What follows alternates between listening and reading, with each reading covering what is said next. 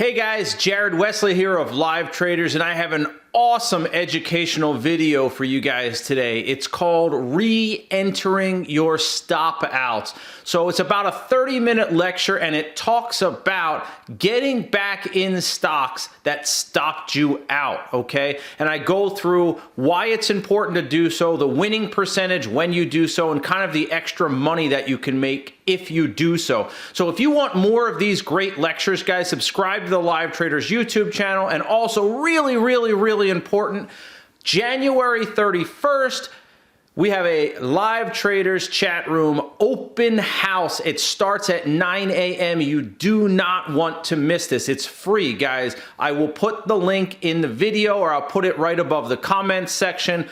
For the Live Traders open house, January 31st, that's a Thursday at 9 a.m. It's free. Guys, there's limited space available, so you want to sign up. You get to watch me trade live, real money, real time, no armchair warrior bullshit, real money, real time, win or lose. Be there January 31st and enjoy the lecture on re-entering your stop outs. Let's head over to the computer, guys.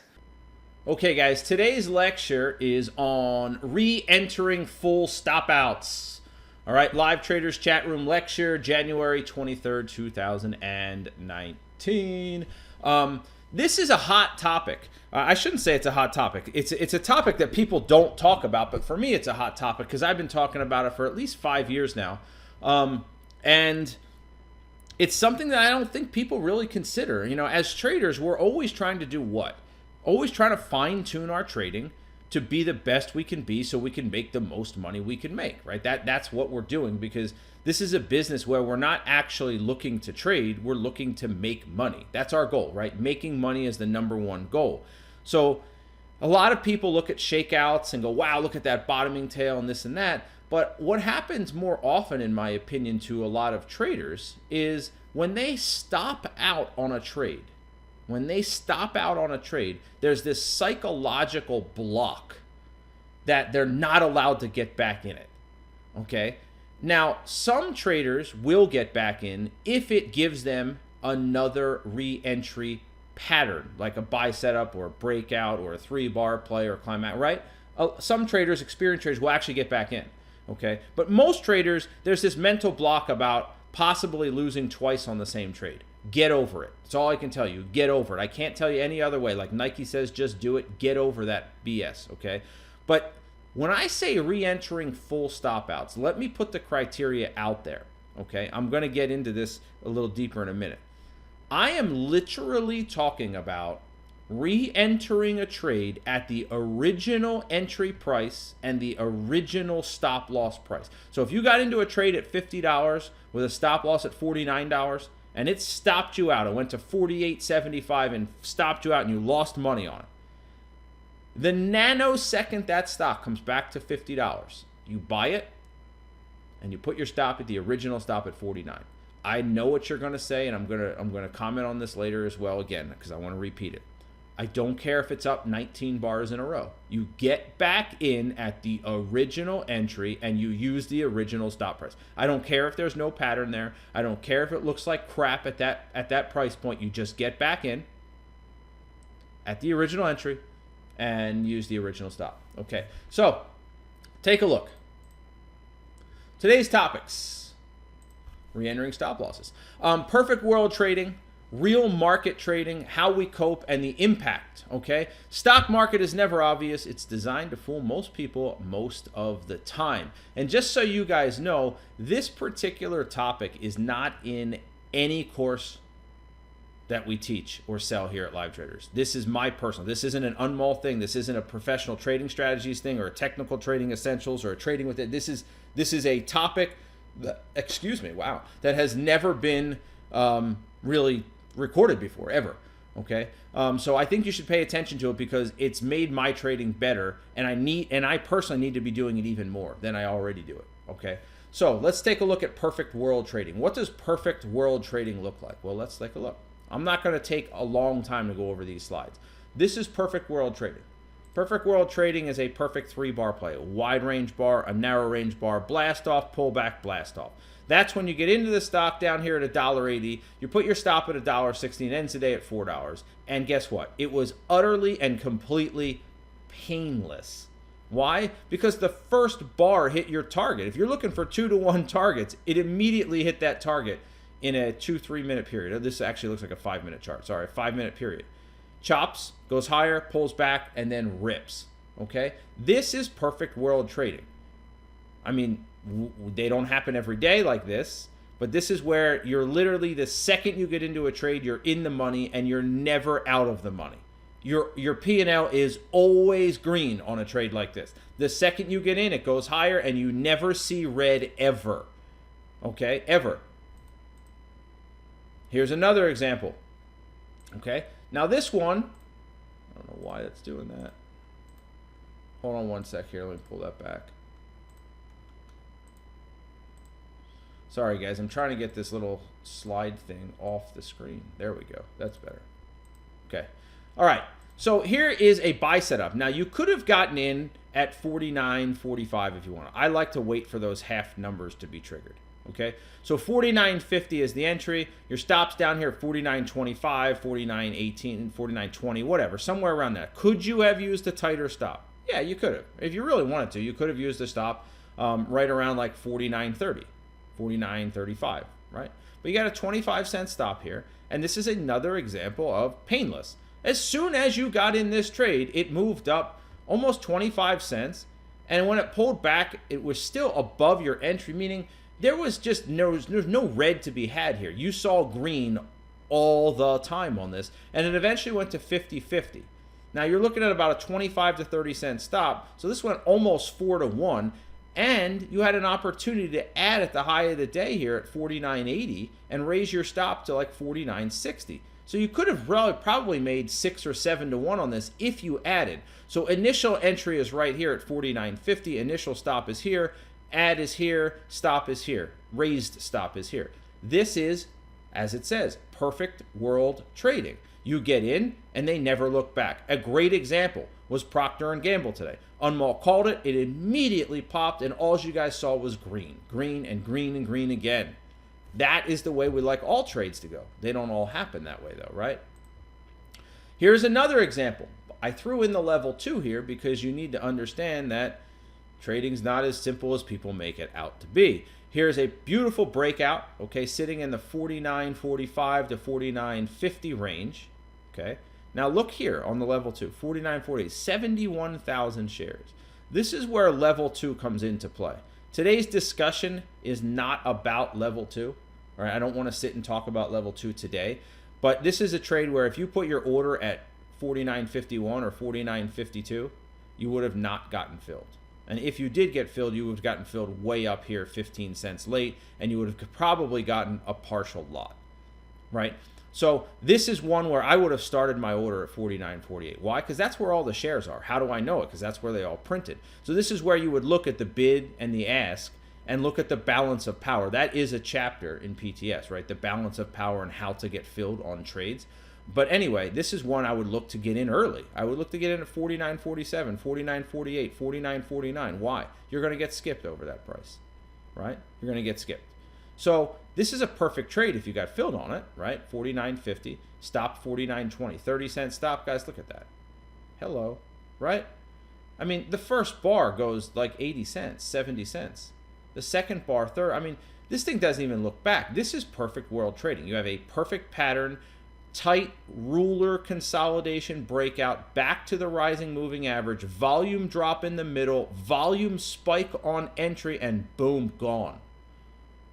Perfect world trading, okay? Perfect world trading. Here's another example. This one, not quite as perfect world, but I threw it in anyway because of the P&L, right? This is one where you'd get in at 1910 on that topping tail, and it actually pulled back, and it wasn't quite perfect, right? It pulled back and then went higher. Now, that doesn't mean it's a bad pattern. I'm going to repeat, that doesn't mean it's a bad pattern. It just means that you actually saw red on your P&L before it actually before it ripped. But this ended up being like an $800, there it is, $700 trade. All right, so you get in at $1,910, give or take, and your stop loss down here at like 1901, 1902, something like that. Okay. So this one is very interesting. We actually went to bid for it at 1906. Obviously, that's the wrong stop loss. We're looking at 1902. I don't know why it says 1996, but you get the point. Okay. So give it room on the stop. There it is, 1896. Look to add back. So we bid for the entry. We added back, made $700. Well, the reason I'm commenting on these trades, guys, is because this is how we want trading to happen, right?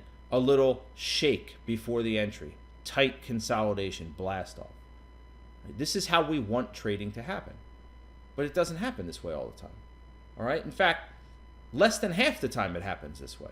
If you took all of your winners, less than half of them are easy money. I would say of all the winners you had, let's say you took 100 trades and you had 60 winners. Of those 60 winners, there's probably 15 of them that were just easy money, that just literally ripped into boom, straight up. Okay? So perfect world trading is what we're going for. And we do that by trying to take perfect patterns, right? We do that by trying to take perfect patterns, okay? Here's another example. A beautiful breakout with a nice 60-minute breakout at the same area as a 1-minute breakout. That is what we call multiple time frame analysis, right? We're breaking above a triple top on the 60 as we're breaking out on a 1-minute chart on NVIDIA. Entry 154, stop low of the day, 153.40. Look, boom, perfect. You could have added right here on the 3-bar play, added on the pullback. The point is, you only saw green. All right, so now you guys are tired of seeing green. I'm going to show you one more example, okay, maybe two, and then we're going to get into the reality, okay? This is even more perfect world trading. Why? Because in a perfect world, the shake happens before you get in, not after you get in. We've all been there. Every one of us has been shaken out on a trade. This is what I mean by, in a perfect world, the shakeout happens before you get in.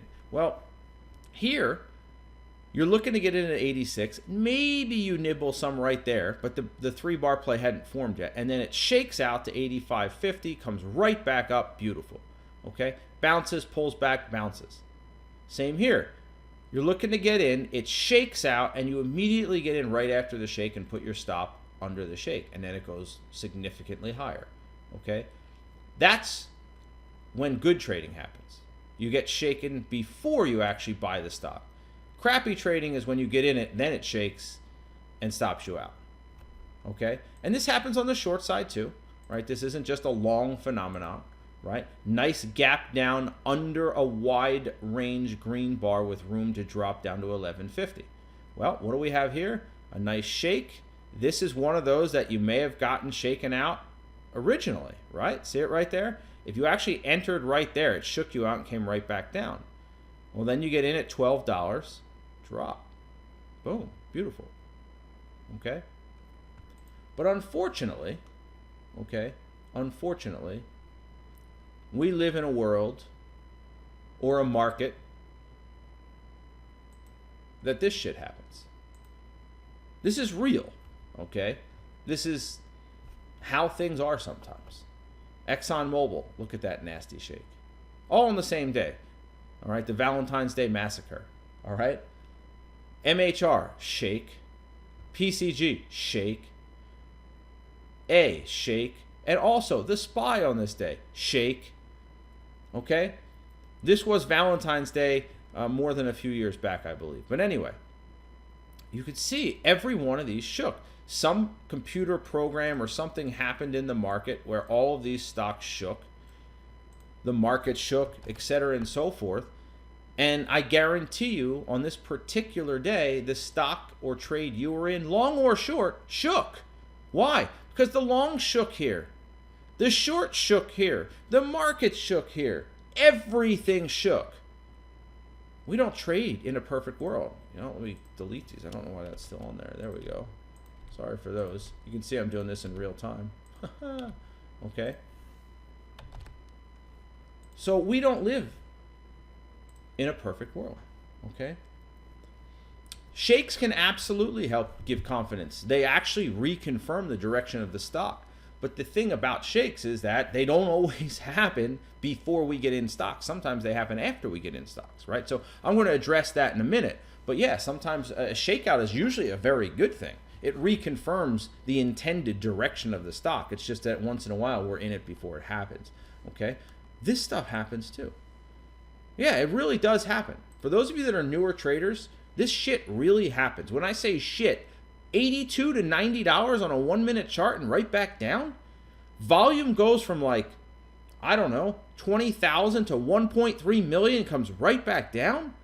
Should be absolutely, utterly illegal. And it really kind of is. Quote stuffing is illegal. Front running is illegal. These are all things HFTs do, okay? But we live in their world. They don't live in ours. We live in theirs, okay? So how do we combat this? Not just shakes, but the fact that we don't live in a perfect world. Simple. We get back in our trades. The ones that stop us out. Full stop outs. So here's how it works. Take a look at this trade on Netflix. Okay? First or second bar of a move. In this case, the second bar of a move. Above, resistance to the left. It breaks above 106.75 is the entry. You're going to put your stop right there, about 105.75. Okay? You have about $1 stop. You get in. It immediately pulls back on you. Immediately. Now, if you were to put a piece of paper over the future, you would say this is a pretty decent idea. This is a pretty quality, pretty good, high odds trade. Is it more than you'd like to see on the initial move in terms of moving $4 or $5? Probably, right? I mean, that's a pretty healthy initial move on this. But at the same time, this is a pretty good pattern. It didn't have one, but it had two resting bars. So you get in right there, put your stop under here. And it didn't just stop out by a couple pennies. It stopped out by over $1, right? Over $1. You could have gotten back in on the buy setup, which would have been fine. No problem. No problem. But this is where I'm talking about re-entering at the original entry, right there. Just get back in at 106.75. Put your stop at 105.75. I know some of you are going, but that's not the pivot. I know. Crazy, right? It's absolutely insane what I'm saying. Except for the fact that it works so often. I'll give you the percentage in a little bit, specifically how often it works, okay? So you get literally back in. Now, if you wanted to take that buy setup, that's your prerogative, okay? I'm just telling you that the nanosecond that Netflix gets back to this price point, at 106.75, you get back in like you did over here. You use the exact same stop loss, 105.75, and now tell me, you're happy you got back in. You lose one here, you make two here, you net 1R, right? So you may have lost an R here. Say you were risking $500. You lost 500 right here. Over here you made 1,000, so you netted $500. And this wasn't an easy trade per se, but it worked fairly painlessly, right? Yeah, you had this up here. Your target would be 108.75, and it took you maybe another hour to get it, but you got it. You literally re-enter at the exact same price that your first entry was, using the exact same stop loss. Okay? Here's another example. JP Morgan. Here's a nice, now again, that, by the way, that buy setup at 32.40, really nice buy setup. Really nice. 32.40 by like 32.25, beautiful. Anyway, 32.80 comes along. You have a nice 2-minute consolidation.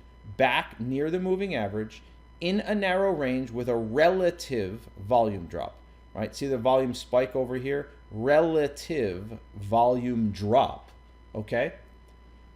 Nice tight range.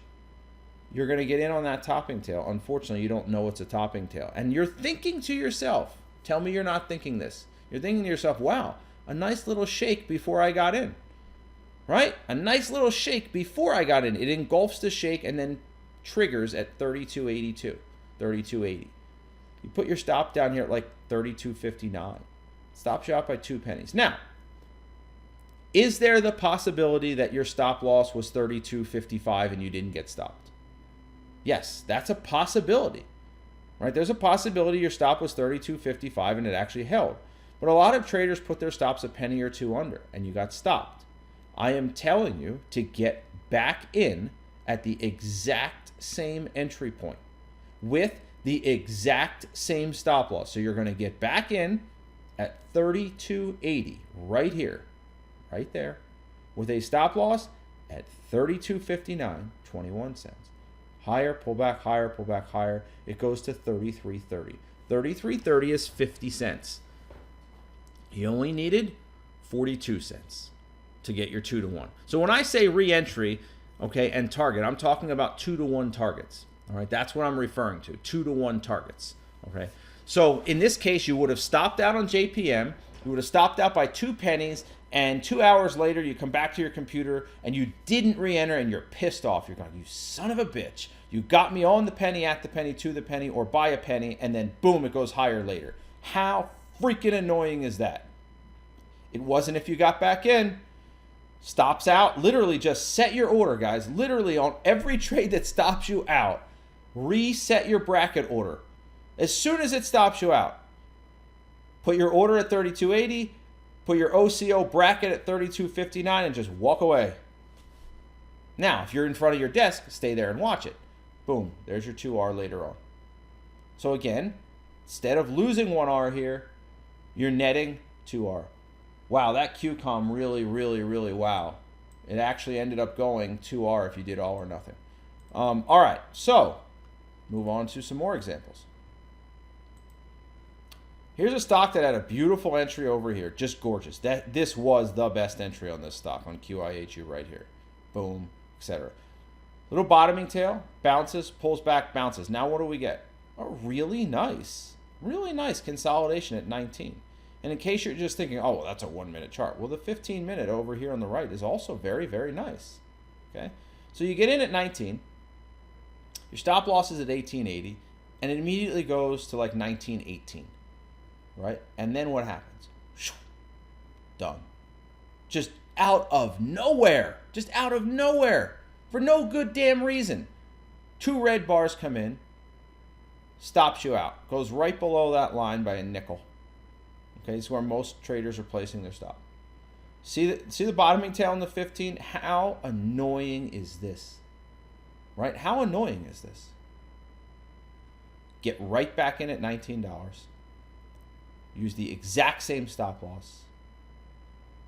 15 minutes later, you're at your 2R target at 19.40. 15 minutes later. Now, you know how damn frustrating this is when you get into a trade and it shakes you out and then ultimately hits your target. It's massively annoying. But it is what it is. It is what it is. Okay? These are the worst kind. These are the most egregious line steppers, whatever you want to call them. Why? Because they tag you in by 2 pennies and then they shake you out and laugh at you. So hear me out. Here's your consolidation. By the way, another great entry over here at 79.40, right? You have a nice 2-minute consolidation here. Volume drop above the moving average. Just hanging out in a range right around $80, $80. Your stop loss is going to be under the base. Okay, 79.80, 79.85, somewhere around there. Okay? Triggers you in by literally 2 cents. Pops $80, goes to 80.02. Look at the volume spike, guys. Volume spike with no price movement equals trouble. Right? A volume spike with no price movement equals trouble. Clicks you in by 2 cents. 4 minutes later, you stop out. Actually, 2 minutes later, you stop out. Sure, you could have gotten back in here. Could have gotten in over here. I'm telling you, get back in at your original entry, $80. Use your original stop, $79.85. And where are you at? You're at 80.60 up here. You're already up 3 or 4 to 1. What if you didn't get back in? How pissed off are you? Seriously, how freaking pissed off are you? Crazy pissed. Because it triggered you in by 2 pennies, stopped you out, and then went higher. Triggered you in by 2 pennies, stopped you out, and then went higher the rest of the day. But if you get back in, you mitigate that. Instead of losing 500, you make 500. All right? Now, not all re-entries work. Not all re-entries work. All right, here's one, a nice little wedge, little 4-bar play, boom. Now, this one isn't entirely fair. Why? Because it says right here, as you can see, technically this stop went 40 cents on a 15-cent stop. So that's more than 2 to 1. It went like 2.6 to 1. It's hard to call it a failure. However, as you can see, the re-entry did not work. So it pops, stops you out. Again, I would have been at break even or out of this trade. So again, it's hard to call this a failure. Shakes, comes back up, and shakes again.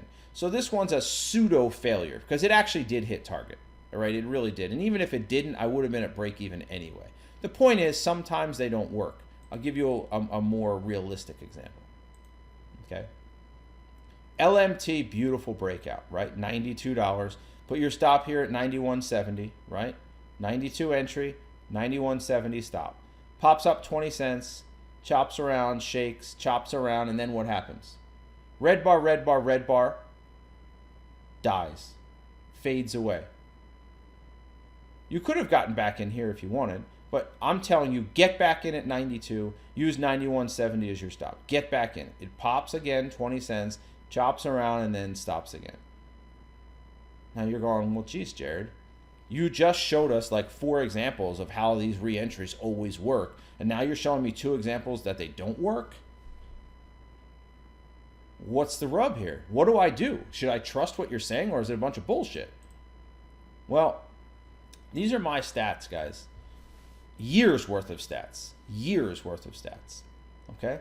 My statistics show that 84% of all trades that give a full stop out work upon re-entry using the same entry and the same stop price. But not all stocks give a re-entry opportunity. Plain and simple. Not all stocks give a re-entry opportunity. So far this month, okay, stocks that I've re-entered have a 72% batting average. So they're a little bit below the 84%. This month, particularly, specifically, okay? But over a 5-year period, 84% of all trades that give you a full stop, it has to be a full stop, not a raised stop, a full stop, work upon re-entry using the exact same entry and the exact same stop price. 84% of the time. Now, let's do a little bit of math. Let's say you take 100 trades a month. That's more than I take. Say you have 50 winners and 50 losers. You have 50% batting average. Okay? Let's say 25 of them give a potential re-entry. Okay? So of the 50 losers, 25 eventually go back to your entry price. 84% of those 25 work. 16% will stop out again. All right? So that means 21 winners at 2R each is 42R. 16% means 4 losers at 1R is minus 4R. That's a 38R possible additional gain. Now remember, in fairness, guys, not 25 of your stops are not going to give potential re-entries. From my experience, 20% of your losers will give a re-entry. 20%. So in this scenario, it would be about 10. 10 of your losers, okay? And 84% of those work.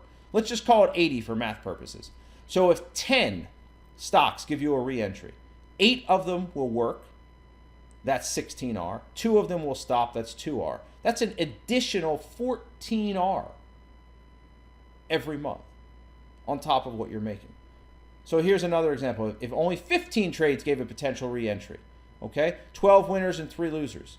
That's an additional 21R. So guys, 84% of stocks, my trades, these are my personal stats. Your stats might be different. Track it. 84% of them that give a re-entry work. And I don't care if they're up 4 bars when they trigger. I don't care if it's a perfect pattern, a crappy pattern. You just get back in at the original entry price and use the original stop loss. 84% of the time they work. That's over a 5-year period. Now again, sometimes it'll be 50%, sometimes it'll be 95%. This month for me, it's 72%. This particular month. And about 20% of the trades that you stop out on will actually give you a re-entry. Okay? So that's food for thought. You guys think this, what a simple lecture. And it is. It's such a simple lecture. But it's so profitable. It's so profitable. Okay? So, I hope you guys enjoyed that lecture. Okay? I'm trying to help you guys make more money and trying to do it in a simple manner that's not hard to understand and not complicated. All right, so again, hope you guys enjoyed that lecture. To get more great educational content, subscribe to the Live Traders YouTube channel. This way you'll get email alerts every time I upload a new video.